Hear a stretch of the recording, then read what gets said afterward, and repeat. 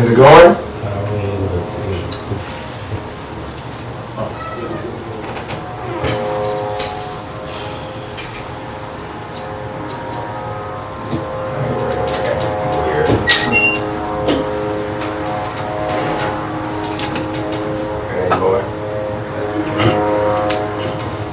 Okay, it should be. That's good. It should be.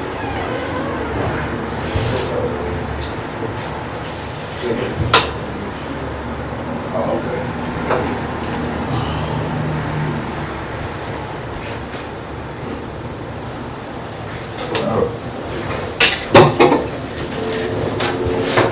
Pam, it's good. Going on. Oh, Man, you okay, got it. Oh, okay, man. Well, I ain't trying to be the. Yeah. Get started in here. Okay. And now we have to be extra friendly. We only got one woman here to beat up on.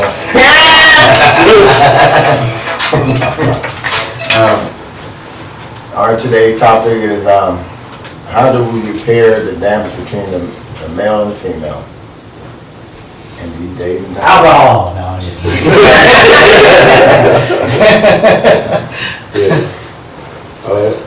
You know, that's an interesting topic. I mean, you know, we most definitely got to start with the family process and the structure, because once we lost our structure, we kind of lost our communication skills, how we communicate with each other. You know, we always talk about how families ain't together like they used to be, and now we're here discussing where it involves the male and the female, the two matriarchs of the family household. And so I think that this discussion is going to lead to multiple journeys involving finances, involving how we discipline our children. It's going to be pretty interesting. what damage particularly? Well, you got, It's always such a generalized and vague topic. I mean, there's so many subcategories, right? It's like, you talk about damage, you're talking about domestic abuse, you're talking about drug abuse, like you're saying, you're talking about financial responsibility and how. but what is the, roles, is there, should there But be see, gender roles? if you actually look at the damage, first you gotta start thinking about where we came from. Okay, so if we look at the way the man and the woman was made to think about each other, then you start to repair easily those things that are subtopics of what it takes to fix the damaged man and woman. Okay. But until you get to that and then knowing who they are, you can't even begin to start. So then what was the original format then? I mean, think about it. If you look back at our history, black history, Yeah. if you know what our black history is, then you know we were brought into this world as kings and queens. But back in slavery time is when they took us women and us and the men and they made us watch them be brutalized, be beat. So they took something from us as women for us thinking that our men can protect us. So in turn, we say, well, you couldn't protect us. So there's that disrespect factor that comes up. And then once you have that in place, you have the single mother who is now raising a child who thinks that's the norm. So, I mean, that's one thing you have to look at. I mean, you gotta fix that mindset, that mentality that it takes a man and a woman, but then you also have to fix the mentality of knowing that the man is the head of the household and not the woman. And I think what happened is in slavery time when they showed us as women that we can brutalize your man and rape you in front of him, then that kind of took that away. I think that we have to, in that sense right there, I think we have to recreate it. And I say recreate it because even if we do go back to the age of kings and queens or pharaohs or Pharisees or whatever you want, however you say it, there's still an archetype. There's still an archetype we're looking for both the male and the female, and we really don't know what that is necessarily. Like, you know, a lot of us is gonna come from West Africa, but there's a lot of us that ain't from that region originally. So how do you tell which region you're from? And so that's why I say, we gotta, if we're gonna do that, we're gonna go back to addressing our original roles with each other. We actually have to make a decision, and we have to make a decision and just decide to recreate what we believe it to be. I think we'll get close because, if it was us then, it's still us now. You know what I'm saying? So I think that the key thing that we have to remember is what we got to base it back to the Bible. I'm gonna bring it to that forefront. Well, it's honor thy mother, honor thy father. That is the structure that we need to come back to when it comes to communicating and repairing broken processes between the woman and the man, because we don't honor each other like we're supposed to. If we start honoring each other like we're supposed to, the basic honor, now our culture was took and it was stripped of us and we didn't develop correctly.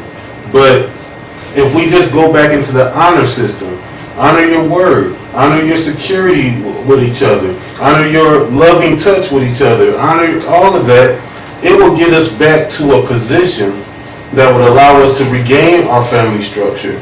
But today's society says that, oh, you don't need that man, or oh, you don't need that woman, and this is why you're leading to single father, single mother households. Because we can't forget about the fathers that's in the household that has their children because the mother decided to leave. And so it plays both of the sides. And once we get that figured out, I think we'll be in a better shape. The financials will come later. And I think that, when you're dealing with the male roles and the female roles, I think what was broken is the intimacy between the two parties, because, we all know that there's, when it comes to being intimate with one another, our children to this day does not see that within the household. When we was growing up, it started breaking down during my mother's time, but before that, for some reason, your grandparents found a way to stay in a relationship regardless of all the hurts and pains that they had. They found that way because they believed in the family dynamic. Even though there were some broken processes in there, but they found a way to overcome those things, those obstacles. And grandmothers took on, and grandparents took on their kids' because they believed in that family dynamic. And so, even though they didn't have nothing in the cupboard, they sure found ways to make things out of nothing. And I just think that's what we're missing too. Yeah, so many existential factors, external factors in just that one idea. So, but it takes personal choice. Do you know the consciousness of the people in the world today and personal choice? I don't know what you're saying. Well, when you're given an option of personal choice on what you should make, the ideal discovery of what you think you should do, people always take the wrong road. Why? That's what I mean, though. That's exactly where I'm going, actually, then. Because the further we go back generation by generation, the closer together we had to be. So, okay. I always get him on this, where we start romanticizing past times. Okay. And that wasn't exclusively because, they had a profound love for each other. It was because they had to stay away from them. And that pushed some of these relationships together and forced some of these situations where you have 12 kids under one roof and all of this other stuff. A lot of them situations was forced. Okay, so but are you talking about a time that where moral values were more important than they are now? I'm saying that idea is too lofty. Well, It's too romanticized. It's too fantasy driven to be what the reality of the situation was. Even in the 20s and 30s, we know better than that. We know that we didn't have that much right to move around the country, to move around our own cities. You had to be around your mate. You had to. Okay. You see what I'm saying? So well, it wasn't because of love and all that fantasy stuff. It wasn't, not exclusive. Let us revisit that thing when you said that. Let's revisit that thing when you said that we didn't have to be. They forced us to be. I agree to some part of that, but then I disagree. I really believe that traditionally, I think that they was governed under a different covenant that they do today. And I think today's covenant has been broken. So therefore, no one honors nothing. Like Steve said, honor thy mother, honor thy father, honor children, parents honor their children too. So when you break the honor cycle and break that thing, then you're gonna have the things that you're talking about. But we have to get back to the honor system. But you know what? Of course we're gonna break that cycle because we're further and further away from perfection. Of course, because that's where Steve was going at, where it first starts in the Bible. Okay, well, we're further away from that now. That was Because when we say, the reason, I'm not trying to cut you off, Tim, but the reason why I do that is because, we do have some different compare contrasts and different thinkings about how success comes about. And sometimes the Bible is, when it's mentioned, it's not viewed as a successful book. And so what we're thinking is that, when we do that, it's not about the reality of things. But what shapes the ideology of why when you bring the Bible up, that it transformed them to believe that, okay, here we go. Because like they believe that this Bible is written by the white man. Yeah. So therefore, that's what's clogging a lot of their heads because this white man's book. Mm-hmm. So therefore, they don't want to hear nothing out of it but they go take another white man's book and glorify it because that black man that took that book, he got it from a white man's theology and then broke it down to his own perspective. So I don't take that stance at all about it. I mean, I just don't. That's not the source. Well, I know that. It's a reference book. It can be used like it can still be used. It's a navigation system. The same problem though. The farther back you go, the closer to our actual origin that we get. And for a lot of us, especially because we know that most of us that were our ancestors that came from Africa were picked up from the west coast of Africa. Yeah. We know that region was heavy Muslim, heavy Islam. Yeah. Most of it was Moors. You know what I'm saying? So, we go back to the Bible, like, what are you doing that for? That wasn't the origin for most of us over here. Well, remember, one of the greetings that was said that Jesus used was "Peace be upon you, peace be unto you," which is the prayer of the Assalamu alaikum, alaikum salam. That's what it means. And so, when you said that region had Islamic influence, what we call Islam right now is not the true. It's not the true. True Islamic source of what we're talking about, because they believed in structure and they also believed in responsibility and accountability. And so right now what we see in beliefs today is that they don't have any accountability, so it's okay for them to teach you the incorrect things in life. It's okay to say, hey, give me your money without any regards or no repercussions, and they don't have to answer to you. So you've been eliminated out of the equation. So they're not for self, they're not for the temple, the true temple, which is inside of us. They're in it for building up the facade, the body of a temple that wasn't used originally for the praise or worship of the Most High. So see, now that's more along the line of my indictment there, because I was saying before, when the first time you were here, I look at things like that based on principles that are there. And if the principles are good and sound, what was before will still be today. And can some of those things be found in one book? Sure. I'm just not blind to the idea that most of the stuff is outside the one book. You see what I'm saying? I'm not gonna ignore the fact that most of the principles that I even utilize today are from the internet. No, they're not. Oh, okay, I'm just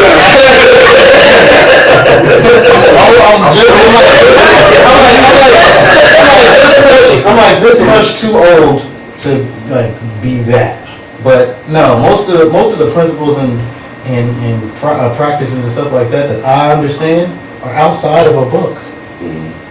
They're just outside of a book. Then when I read the book, what do you mean how? Are you I'm not living your life reading a book. Are you going off references? Yeah, but Are you going off of references? I'm going off of basic life experience. yeah, but what is the? But what is the? Don't kill. Okay. Okay. So I don't need to go this over that. This is where it gets tricky at, because when you said, because I'm gonna bring you back, I'm gonna take you through a journey. When you said that you live outside of that book, but you was taught through somebody that had read that book. I From your learned. grandparents and somebody that passed that traditional. No, I learned. That you learn not to kill, learn not to steal, learn that from somebody, right? You don't learn not to kill. You just see that that's bad. You know that. So you tell me your family never said. You mean to tell me you need a book to tell you don't kill? Sometimes. What do you do? You mean to tell me you need a book to tell you to honor your mother? Okay, but But if you look at the you structure, need a book to tell you to honor the one who is feeding you? Society has. The one who is nurturing you. Look at how society is right now. look how many kids today we have that disrespect what they came from. These are Bible kids. They're not all Bible kids. These are They're not all Bible kids. I'm telling you, these are kids that grow up thinking that they have to Bible. No. No. Yeah. I don't agree. Not all. You can listen to rap music today, even the mumble rap, and you will hear biblical principles in their vernacular. Everyone talks about the Bible. In all their raps and all that. Okay, so if that's the case, then principle-wise, they harbor the same principles. That's what I'm saying. These are Bible people. This is a Christian nation by and large. Well, We're not outside of that. So what do you call the terrorists? The terrorists. I You don't got white ones though. You got white terrorists. terrorists? Yeah. Oh, okay. They're Bible people. They're Christians. No, they're not. How can you say that? Because most of the terrorism that's happening are white people here. You mean to tell me the Ku Klux Klan ain't Christian? Come on. You mean to tell me see, that's where the misinterpretation is. I'm gonna do by the way. If you want to be called Christian at the same time, that's what I'm calling. They don't mean that was The roof was a Christian white guy, a terrorist, Okay, but look. and he killed 9 people in a church. Okay, but look. But There ain't no getting around that. okay, but look at it. We have churches that are set up that are established to be preaching from the holy scriptures, right? But do they live according to what they're preaching? That's not my position to judge what somebody else does. I know, but it's a principle. It's a principle. If you're gonna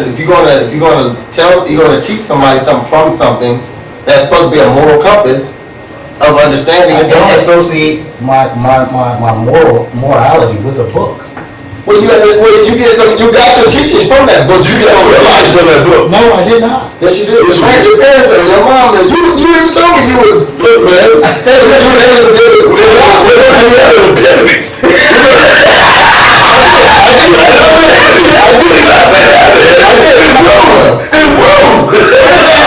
Okay, but you're getting structure from somewhere. Yeah, my environment. Well, why are you reading? See, that was the Because that is not your environment. That is somebody else's environment. Why are you reading books? That epiphany was the realization that the book wasn't structuring me. It was the life that I was living that was structuring me. And those Those are the structures that you were questioning. But how did you come So to the question of those scriptures is structuring you and your thinking. So therefore, that's where you get your. Let me say this one more time. from what I understand, most people do go on some sort of spiritual walk during their lifetime. When I went on mine, at the top was, hey, you didn't even need this book in the first place.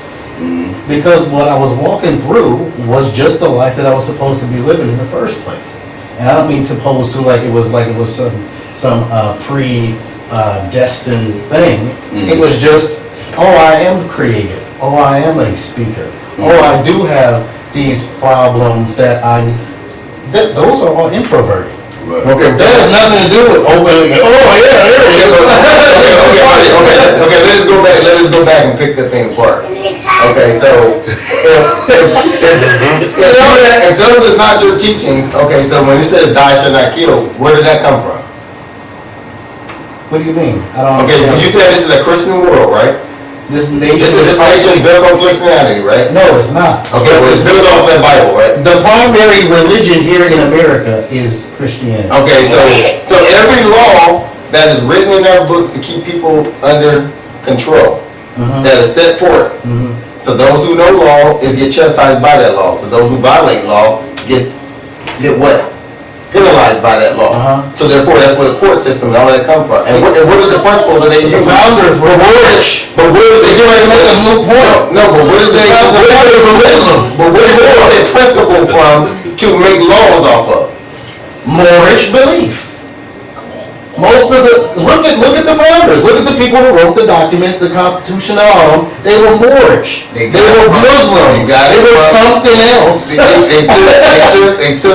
They took all different truths, but all truths came from the Bible. They said they governed themselves under the Bible. All they did was I'm telling you. Constitution, 1776. You're lying. That's not true. That's not right. So the laws, statutes, and commandments doesn't mean anything to the Declaration of Independence or the Constitution. No, listen to what I'm saying. The point you're making is that the point he's making is that the rules that we're living by here in America was based on Christian beliefs. And you guys are saying, yeah, that's true. But that can't be true if you have people of other faith making the documents because they don't harbor Christian faith. It's not theirs. You can't force it on them. You can't make them have it just because you want them to have it. They thought Christians were weirdos back in that time period. If you read that, if you go and you actually read about the culture that existed at that time, they thought Christianity was the weirdest. They were hippies. Yeah, because they thought about Christians back then. Well, remember, Christianity is a creation by Constitution. So remember, so you get my point, though. Yeah, so I ain't got nothing to do with Christianity or Bible. Well, they took some and they made some stuff up, and they took some and said, okay, from the original, we're going to keep these. With the Bible or with the Bible, and then with their own principles and their own beliefs, with a mixture of Islam, the Moorish science. That was a mixture of beliefs that was added to the Declaration of Independence law. Remember, that came from Morocco. The Moors came from Morocco. So when we talk about their connection, their seafaring connections that they had with Italy, Rome, all those places were influential on when they came to the new land to create a new business. Remember, business wasn't even the business that we know today wasn't even invented until the Corporation of United States of America was created. Remember, it was called the 13 colonies. It wasn't called the United States of America first. I think you're drifting away from me because I'm missing. No, because this is how we're going to connect this to the relationship of the man and woman. When the man went and instilled all these laws and principles, who did they forget and put on the back burner? The woman. They told the woman to be in the house and do this and that in regards to how we communicate with them, how we build relationships. Oh, no, you stay in the house and you do this. Just like you said about the law, statutes, and commandments. It's like, how can a country be based off of these principles when they're not following them or doing them? The Bible never told you to do that. The Bible told you that it keeps the mother and the man in the same high standards. So this is a creation that we're facing. And then once we realize that we're in this matrix types of world, then we can start getting to real solutions, being able to solve these problems so we can rebuild our community. Remember, this is a focused weapon that's on our community, not on all communities. So, again, I think that, yeah, if we're talking about how to mend the relationship situation between the male and female in our communities, we just got to decide what we want it to be and create that and recreate it. Literally recreate the ideal situation. That doesn't know what they want to do. So how do you create something in a world that's so confused? At one point, I wanted this phone. I decided I was going to go get this phone. Then I got the phone. We had to go through the same process with the ideal male and ideal female structure in the household. And I piggyback off what you said, I understand that fully, but you also have to have an example. You wouldn't have wanted that phone had you not seen it. If that phone wasn't there. You see, you So, hear that? That's if not that phone wasn't there, you can't say, I want that phone. Not You have to necessarily. have something there to say, oh, I want that, or I want to mimic that, or I want my life, my relationship to look like that. So something has to be there for you to say, this is what I want. Okay, I mean, I'll accept that because I create a lot of the ideas that we're perpetuating now. Like when let's see, probably 10 years ago, I flooded North Omaha with black professional images. And now you got a lot more of us walking around wanting to be actual business owners and stuff like that. Well, when we, like again, if we decide, whatever we decide for the male and whatever we decide for the female or the black household, I'll create an image of that, whether it's real or not. And what we'll do is we'll see people perpetuating that image. We'll see people trying to create that image in their own way going forward. But even if So I accept that. But even if That's you just want, it. even if you said I want that, and then you go get that, it's always gonna have some type of instructions to tell you how to use it. Not necessarily, all you need is a picture. You gotta think about it, in the early 1900s, what they was doing is they was demonizing us by making us non-human. So other people started perpetuating that bad image of us. Well, there's something called positive propaganda too. Okay, I'm the one you who just can't created get that positive from a picture, man. Yeah, you can. If you get big fat lips and you can get, well, black people like watermelon from a picture, no nothing, no instructions, then you can get a positive image of a black family from a picture too. I mean, you can get a positive black image. However, how do you get there? You can live That's- that out. You can, no. We start You gotta dressing like understand. that. We start walking like that, like we see. We start. But no, you are basically saying, here's a picture. Now mimic what's in that picture, but I don't know how they got to that point. Right. I can dress up. Understand. I can make myself look good. I gotta understand how they. Yeah, you can. Yes, we do. We are in the species that copies each other obsessively, but this is Are based off of videos. No, they're not. I create images from scratch, from nothing. I have an idea. I say I want to see this. I make it. I put it out, and people copy that. That's how it works. It starts in here. But it also comes in that someone. And you can get 1,000 other, pictures worth 1,000 words. So, structure it how you want to. But as long as you like what you're looking at, you're going to emulate that. Okay, that's 1,000 words. How many of those words mean 3 different things? What? Okay. How many of the words mean for instance, things with a there, and there. Those are 3 different things, but they're all the same word. If I create a positive image of a black family, dressed nicely, how I think a black family should be, and somebody agrees with the picture I create, you'll see them gravitate towards that image. Where'd you get It doesn't that have idea from? It doesn't have to have any words associated with it. It just has to appeal to them. It's an emotional conceit. That's why I said we have to decide instead of saying that we have to judge. Judgments are And that's the judgments- problem with America now, or with the world today. Everybody's going off of emotions, and that's why the Right, that's why I made the distinction. lives. We need to decide, we need to think. We don't need to be making judgments about it. We need to decide that's what we want. When we have to have decide, some structure. we mathematically But help me calculate. understand this. You got an image that you're gonna push out to people, right? And you're saying this is the image of what a black family looks like. If that's what you want, do that. And they're gonna look at you like, well, what, you want me to just dress up like them and I'm going to be that? No, Give them some type of instruction and guidance on how to keep that, be that. You can't just say, here's an image, now be that. That's unreasonable, because number one, just in this city alone, just on this side of town, there's 100,000 people. You don't tell 100,000 people what to do. You project. Here's one right here. But How see, many of and you like that's this? fine, you can project it to them, but you also have to give them instruction. Because that projection pulls them in. That's called an attention getter. You're That's getting their attention to what they want. That's somebody else's job. My job is to create the image. Okay, and they gonna take it how they want, and Good. therefore it's gonna be taken. They can chew it up, they can tear it up, they can do whatever they want. But you gotta remember the wrong. Well, yeah, but you gotta remember, your image is your image. You see it one way and someone else see it another. That's why there's a lot of creatives. And so, They don't have to get anything from me. I'm just so saying. you did this.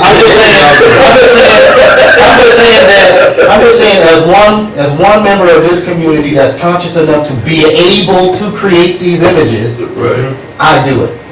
So I don't sit around and wait for somebody to tell me how to create it. I just create it. But we're talking about how to heal within the community. When you're doing positive imagery, that's my job. And which means That's your job. effective communication. You also need to be committed, and you also need to have some consistency. Yeah, I got it. So if all of those things, are there, then you can't change nothing. yeah, and it's always a process too. We can teach each other how to communicate with each other, right? And then there will be people that rise up into those spaces that are the most effective individual at teaching us how to communicate with each other. We can do that too. Okay. My job is the same exact thing, just with pictures. However you take the information that one teacher taught is how you take it. Similarly, however you take what you see that I create sometimes is how you take it. If it's good, you're gonna gravitate toward it. If it's not, you're gonna either create your own or you're gonna go somewhere else. And that's perfectly fine, so long as it's all positive. I don't care how it falls, you know what I'm saying? But what if it's not positive? I don't create bad imagery. So I don't know what you're talking about. Some people may, Show me them. Show them to me. but they would go off of the image. Of who? I didn't create the image. Like, They would create their own image, and like I said, everybody got different images. So how are you going to be able to? the only time you get a dynamic like what you're talking about is like when you see a Gods of Egypt movie. You don't like them images of us. Here's somebody studying cameras, imagery on the camera. Each camera don't project the same imagery, right? That's why you buy the most expensive cameras, right? Right. See, that's the difference of imagery. So you gotta understand. You're talking about perspective. No, I'm talking about imagery. The camera projects. If I point my camera And exactly some- where she points her camera at, it's gonna have the same imagery. Yeah, but it's gonna be something. It's not gonna have. It's not gonna be clear. It's not gonna have. Huh? It's not gonna be exactly the It's same. not the same perspective. Duh. That's what I keep saying. It's perspective he's talking But about. the voice should be the message. And we talk about vibrations. So everything, we talk about imagery, we talk about words, them are all vibrations. So when it said honor thy mother, it should vibrate within you to know what is right or wrong. Remember, a way of life. We're not talking about a belief. We're talking about a way of life. How can we repair the way of life that was originally in us to honor thy mother, honor thy father, and repair the broken family structure? Now, what we might think of I don't think as it's ever success. left. No, It's not gone anywhere. We need to get out of that illusion that it's gone somewhere. What- You are it. You harbor whatever it is that you. yeah, but we're I swear I gotta start speaking in cliches with you guys. You are it. Let me sum up what I was gonna say. you are the change you want to see. Y'all got that, right? Okay. You are, oh my God, you got it. But there's a whole community that don't think the way they are. You be the change you want to see. I could be the change that I want to see, but there's a whole community outside. See, this is the wrong with the church and all these facilities where the people's inside the building and they don't want to go out and communicate with nobody because the problem is out there in the community. And then we got to go out there and say that message. But when we do, there's going to be a ridicule. There's going to be a resistance because they're not used to it. So what we have to do is, like you said, we have to use a combination of things. We got to use imagery. We got to use something that's achievable goals, something that they can see, tangible evidence that they can grab and say, hey, you know what? This is going to repair my family. You know what? This is going to repair my financial system. And it has to be somebody to implement that too, because everybody don't have that leadership quality, that spirit to go out and make things, to create change. So somebody's got to be the bearer of the bad news. Everybody's not Somebody. Everybody's not number one. Just number 6 is they do perfect in their number 6 role and make plenty of money in their number 6. You don't gotta be a number 1. You know, too many Chiefs, not enough. Yeah, Okay. exactly. So you understand that when it There's a comes cliche for all this stuff. So when you understand it when it comes to a relationship, remember, Tim said that a lot of the times we operate in an emotional state. And so when it comes to engaging in either business, relationships between the family, it's from an emotional state. I don't even think there's nothing that wrong with it. Just when it's time to make a decision, when it's time to make a calculation, calculate. But us being emotionally engaged, You can't calculate if you're emotional. You sure? Because you're just going off of this, response. You're like, oh man, I can't think right. Just That's right. there are 4. Okay. This is going to be strange. I thought the other stuff was strange. This is strange. There are 4. There's the spiritual, there's the mental, there's the emotional, and there's the physical. Right? Each of them have their own logic. Each of them have their own math. Yeah. If you figure out what the emotional mathematical equation is, you can calculate emotionally. You can stop yourself from having an emotional impulse. A rhythm, right? A rhythm. No, yeah, we're clear. So you can calculate emotionally. Are you talking about rhythm? No, I'm not Because talking rhythm about. is steady. Well, it's not stagnated. I'm not talking about. It's constant, and it knows how to perform. Right. Rhythm. We've lost our rhythm on how we can communicate with our significant others in the household. Well, first we got to understand, do you believe that there's a problem in our community with families, between the male and female? Of Do you course. identify that? Of course, I don't think that any of the elements that we need to improve our situation or course correct our situation, I don't believe they're gone. They're there, we just can't see them. You know, there's too much crap in the way. Your music is turn your music down, pull your pants up. You know, there's too much crap blocking. But where will they understand the teachings to get that information to them? Where are you going to go to give them that? From me, from a graphic designer, from a art director standpoint. So you draw. What I would do, So what you draw? I'm gonna answer your question. Let Let me answer your question. What I do is I show it. I'm wearing, you know, for example, I wear black people all the time. I created this. I made it, and then I produced it. So I'm literally showing you what I'm doing. But they're mass producing an image that the people that want to get it for That doesn't money, mean I gotta work hard. they're mass producing it at a high amount, high volume to say that what you're doing is not right.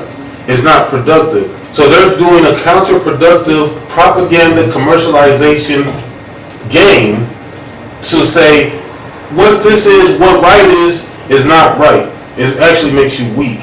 And what's wrong, it makes you strong. It makes you able to take on anything that comes in front of you. And so, We got work to do, that's all that means, that's nothing. we do got work to do. And so, we just got to make sure that when we do this work, that we're doing it from a positive outreach.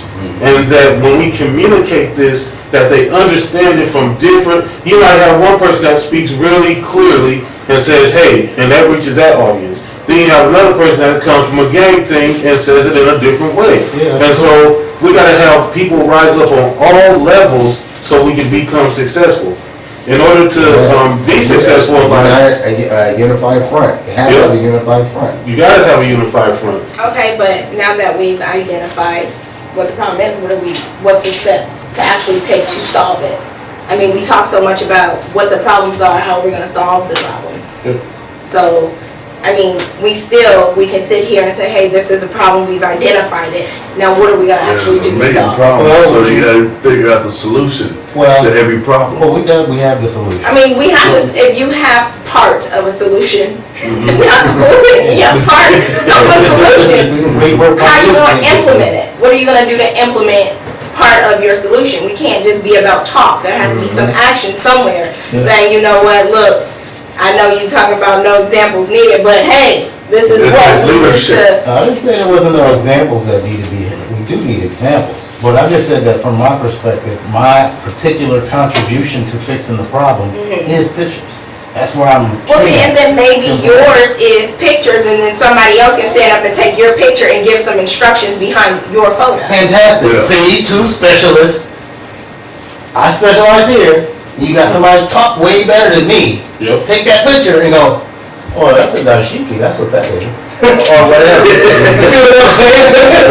But it's gotta have some kind of understanding, and to answer your question, I could be in a space sometimes where I don't even understand what I'm creating. You know what I'm saying? To answer your question, Kalisha, is that there's gotta be a forgiveness of transgressions. So in a relationship, there's always that, like, man, I should have never did that. You know what I'm saying? I should have made that right choice, but I didn't. And at that time and moment, I said things that were destructive, that was unproductive. And so there's gotta be, I would say, you know how they say, oh, we unapologetic, the black, you know, and all that. Well, we have to apologize for the transgressions that we did in our community, our family structure. And that's one thing that it seems like our people have a problem with, is apologizing. And I think we need to bring back that and accept it. Or not just apologizing or accepting, but actually acting on that apology. Yeah. See, some people think it's just a word, it's actually an action It's an word. action. So if you're not putting action behind just saying, hey, I'm sorry I did A, B, and C, it means nothing. There's no relevance there. So then you sit there and you have to think, how much can you expect in a relationship if you're trying to rebuild it for a person to take with broken communication? How much should they take when the person or one of the people are constantly doing something, breaking communication? That's a personal decision. Exactly. So then you have to look at that too and say, okay, if I choose to depart from this individual, how can I keep up that black family image? And that's when we talk about we gotta talk about the core foundational principles that's in each of us. And so that's what we're trying to repair. We're trying to repair the fundamental core foundation principles that has been destroyed within us. And to touch back on what she said, how do we fix it? The thing is called love. Because if we can't love one another, like we're ordained to. Principled love, not emotional. Yes. And if we can't love each other like we're supposed to, then there is no repairing anything, because we don't have enough love or respect for one another to even go out to repair the damage of the broken process. So Yeah, love if you ain't got love. A lot of that goes back to what she was saying in the beginning, where you don't get a principle type of a love without understanding who your own self is first. That's right. You gotta invest that time. Some of us just need to be alone for a month or two, but just be alone. Just operate normally, but just be by yourself the whole time. That'll show you a million things about yourself you never knew existed. Well, and that's called get out of the fast lane and get in the slow lane where you can actually see the scenery. Yeah. Right. A lot of people's in that fast lane missing everything. It's hitting a reset. Well, you know what? That's what commercials and television is for. It's to help distract you from slowing down and say, oh, whoa, let me take a look at my life. What direction am I really going in? Because they steady hitting you with different commercials, with things that you think you need. So that's a complete distraction, and that's what I mean. I ain't trying to take this back to a biblical standpoint, but that's what he distracts you.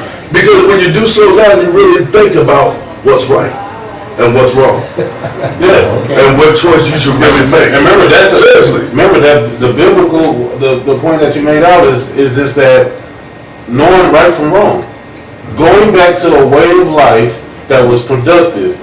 If you're a great tiller of land, you're a great tiller of land. If you're a great a herdsman, you're a great herdsman. If you're a person that gives good advice on when to grow crops, then that's what you do. We have tried so many roles that ain't ours naturally, that knocks us out of the circulation for funds, that knocks us out of the circulation for building up our community. We're seeing the results of not networking properly when we step right outside. Well, you know, that too, like, I'll take that. And also, in examining my own self in spaces like that, right? You say that we're like out of whack. That takes us out of situations where we, hey. Come say hi for the show. You know? Let's go.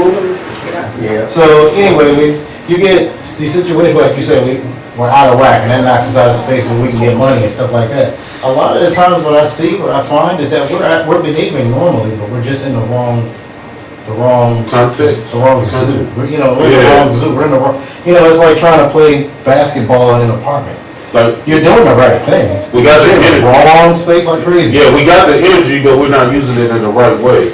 So instead of repairing relationships, we try to figure out ways. Like, our music is a good example, and I'm gonna bring back, because I used to flow. You know what I'm saying? I used to rap, and I felt that what I was saying was helping my neighborhood or community, but it took new eyes to open up within myself to realize that what I'm doing is I'm hurting it, I'm stagnating it, and I'm causing confusion, destruction. I'm destroying the foundational, like our relationships with the woman.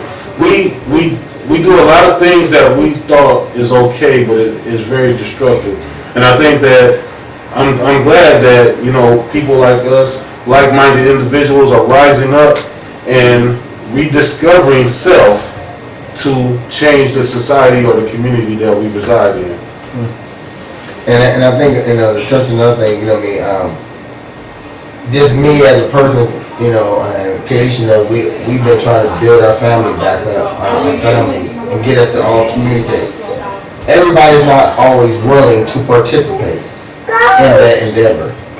Everybody's not there mentally or emotionally or physically. Some are just peekers and secret and lookers, and that's just where they are. And then you get those who does come in for a quick second, like double ducks. They heard, okay, I gotta get it. And they'll jump in and do their little double duck. Then they're out. They ain't coming back. You know what I mean? Because they'll find something wrong with the person that's pulling the rope. And remember what You know what I mean? Yeah. And they use that back to come back. And that's why I'm saying that it takes, when she said what we gotta do to fix the relationship, we need people that's gonna stay committed. Because people come in only for a brief second looking for something, can't wait till something go wrong so they can find an excuse to get back out. Right. We need people that learn how to commit and be consistent. And communicate. If you got a problem, communicate with somebody. Communicate that thing. Don't get on Facebook and blast each other out. If you got a problem with that person, go to that person. Go to that person. We lost our communication skills and took it to a whole nother level. Essentially, there is no silver bullet to it. I mean, there's a lot of little things that can happen to change each type of situation better. Like like what you were just saying. Keep it off of Facebook. Keep it off of social media. Stop letting everybody see how dysfunctional you are for one time. Well, give us an opportunity to heal. But if you let your light shine amongst men, don't you have to also let your transgressions also be realized amongst others, so that they know that it's like when you're bringing out this information, this knowledge, it's not something where it's taken kindly all the time. It's something where we have to realize, like, man, you know what, I messed up. And but you don't have to necessarily use your complete whole story, but you can always give an example, because that example will help somebody else say, man, well, my situation was similar. It ain't all that bad, but I think I could turn it around and changed my life. To my living testimony. Mm-hmm. That's cool. Yep. You know, I'm just saying, there are these little individual things that keep your relationship keep your relationship stuff off social media. That's Yeah. an easy one. Yeah. That helps tighten Keep your relationship private. That's Yeah, keep between it y'all. private. Yes, you don't need, and let me say it like this, instead of you don't need, because that's imposing. It's not helpful to have more than you and your mate in your relationship. That's right. You know what I'm saying? That's right.